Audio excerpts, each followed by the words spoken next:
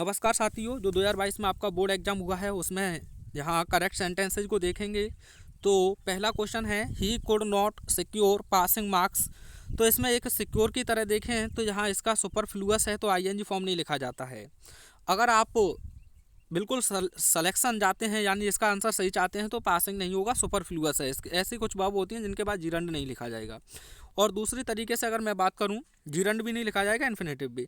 कुछ लोगों ने कहा है जहां सिक्योर नहीं, यहाँ स्कोर कर दें तो कैसा रहेगा, लेकिन दोस्तों मेरे हिसाब से यहाँ अगर आप बड़े एग्जाम की तैयारी कर रहे हैं तो यह गलती हो सकती है। दूसरा क्वेश्चन देखिए, if he will come I shall teach him. तो दोस्तों आपको जैसे कंडीशनल सेंटेंस हो गया तो यहाँ आपको ध्यान रखना है इफ़ हो गया और वैन हो गया, इफ़ हो गया और वैन हो गया। अगर दोनों फ्यूचर में हैं तो इसे पहले सेंटेंस को कभी भी आपको विल और सेल का यूज नहीं करना है। किसका यूज नहीं करना है? विल और सेल का यूज नहीं करना है। तो आप कहेंगे क्यों?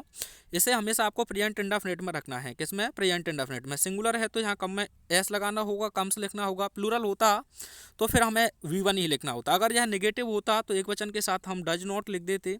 क्या लिख देते? डज नॉट, और बहुवचन के साथ डू नॉट। आपने कॉन्सेप्ट क्या देखा कि वैन और इफ़ के साथ कभी भी गलती से आपको विल और सेल का यूज नहीं करना है। एक वचन है तो आपको एस लगानी है, बहुवचन है तो वी1 ही लिखा रहेगा।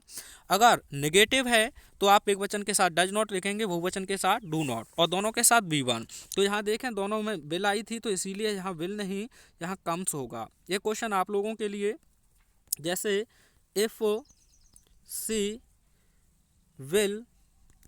Will come here